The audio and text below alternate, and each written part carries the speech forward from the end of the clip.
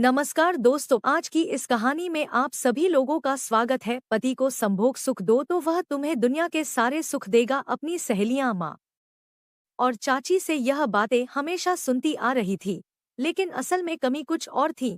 35 साल की उम्र में मेरा विवाह हुआ। यह काफी लेट समय था और जिससे मेरी शादी हुई उसकी उम्र 37 साल की थी। पहले लोग शादी जल्द करने पर जोर देते थे, लेकिन आज लोग पहले कैरियर बनाने के लिए पीछे भागते हैं। कम उम्र में हुई शादी आपको आपके पार्टनर और परिवार से घुलने मिलने में ज्यादा आसान होती है, लेकिन देर में हुई शादी में लोग इतने ज्यादा जटिल हो जाते हैं कि वह अपने आप को नए माहौल में ढाल नहीं पाते।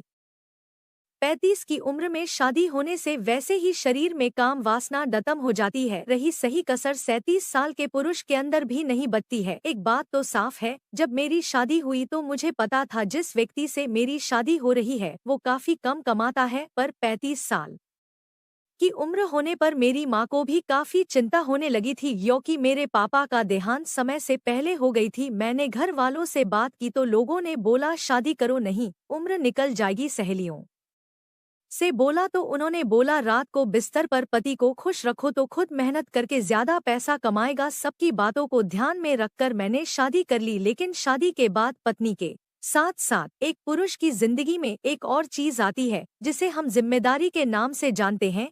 जिनसे मेरी शादी हुई थी वह इस बात को जानते थे कि मैं शादी से खुश नहीं हूँ, क्योंकि उनकी आय कम है। शादी की पहली रात उन्होंने ने मुझसे कहा, देखो मेरी आय कम है, उम्र ज्यादा है, इसका मतलब ये नहीं कि हम दोनों साथ में खुश नहीं रह सकते। मैं तुम्हें सभी संसाधन तो नहीं दे सकता, लेकिन इतना जरूर दे सकता हूँ कि हमारी जिंदगी अच्छे से चले। और उस रात खाली यही बात हुई। ऐसे ही करते करते 20 से 25 दिन बीत गए, पर हम दोनों के बीच पति पत्नी वाला रिश्ता बना ही नहीं। शायद उन्हें मन में मलाल था कि वह कम कमाते हैं, जिसकी वजह से मैंने उन्हें मन से स्वीकार नहीं किया है। फिर सहेलियों से बात हुई, सबने फिर वही बात कही, उन्हें रात में खुश करो और वह खुद तुम्हारी जरूरतें पूरी करेगा। महीने के अंत में उन्हें वेतन मिला 20,000 रुपए, जिसमें से 5,000 रुपए भविष्य के लिए रखकर 15,000 मुझे दिया और बोला मेरी जरूरतें काफी सीमित है, यह पैसा तुम रखो, अगर मुझे जरूरत हुई तो तुमसे ले लूंगा, तुम अपने हिसाब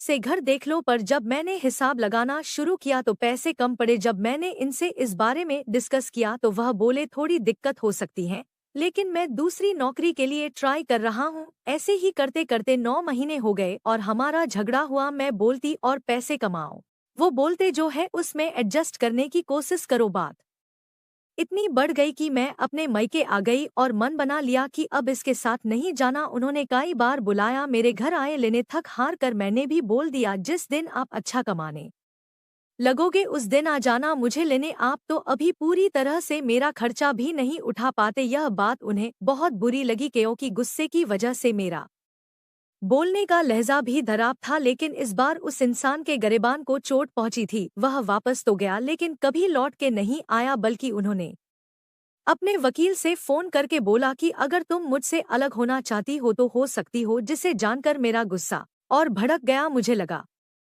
कि जो इंसान मेरा खर्चा नहीं उठा सकता वो मुझे छोड़ने की धमकी दे रहा है। मैंने भी बोल दिया नहीं रहना। हमारी हेयरिंग हुई, जज ने पूछा तो उन्होंने स्पष्ट बोला, सर मेरी तनख्वाह कम है जिससे इन्हें आपत्ति है और मैं इन्हें खुश नहीं रख पा रहा हूँ और ना यह मेरे साथ खुश है। किसी इंसान को जबरदस्ती खुश नहीं किया जा सकता है, बस इससे ज्यादा कुछ नहीं कह सकता। हर इंसान को अपनी खुशी चुनने की आजादी है। जज ने मुझे समझाया कि एक बार रिश्ता में खटास आती है तो जिंदगी खराब हो जाती है। तुम चाहो तो एक नई शुरुआत कर सकती हो। पैसा कम है लेकिन इतना भी नहीं कि तुम्हारी बेसिक जरूरतें पूरी ना हो सके। लेकिन ईगो की वजह से मैंने किसी की नहीं सुनी और कुछ समय बाद मेरा तलाक हो गया। तलाक के 5 महीने में घर पर रही, लेकिन उसके बाद एक नौकरी की। अब मेरी उम्र 37 साल की हो गई थी और मैंने नौकरी करने का निश्चय किया। नौकरी पर आने पर पता चला कि कितना मेहनत का काम है, और यह भी पता चला कि दिवरसी लड़की के आगे पीछे सब घूमते हैं, मौका तलाश करते हैं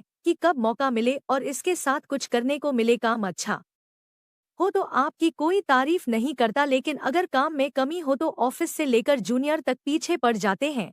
मेरी तनख्वाह 10,000 की है। अब समझ में आने लगा था कि नौकरी करना कितना कठिन है। कुछ भी चाहो लेकिन हमारे हाथ में कुछ नहीं है। अब जिस 10,000 के लिए मुझे 8 से 10 घंटे काम करना पड़ता था, लोगों की हेरसमेंट का सामना करना पड़ता था, पहले उससे ज्यादा घर बैठे 10,000 मिलता, अब काम करने के बाद 10,000 मिल रहा है। ऊपर से दिन भर की मेहनत। एक पुरुष अपने परिवार की कमी को पूरा करने के लिए दिन रात मेहनत करता है, लेकिन हम औरतें यह सोचते हैं कि कैसे हमारा काम पूरा हो। लेकिन आज उसी शख्स की नौकरी में तनख्वाह 95,000 है। मैंने यह गलती की रिश्ते को पैसे के पैरामीटर पर तौलने लगी थी, लेकिन हाँ, यह सही नहीं था। यदि प्यार से समझती तो हमारा जीवन भी आगे अच्छा चलता। आज के दौर में लड़कियां किसी लड़के से शादी करने से पहले यह जानना चाहती है कि लड़का कितना कमा रहा है, लेकिन असल में किसी से शादी करने से पहले यह जानना जरूरी है कि उसका चरित्र कैसा है। शादी जैसे बंधन को चलाने के लिए जरूरी है आपसी सहमति, सामंजस्य और विश्वास। लेकिन आज मेरी तरह सभी लड़कियां अपनी शादी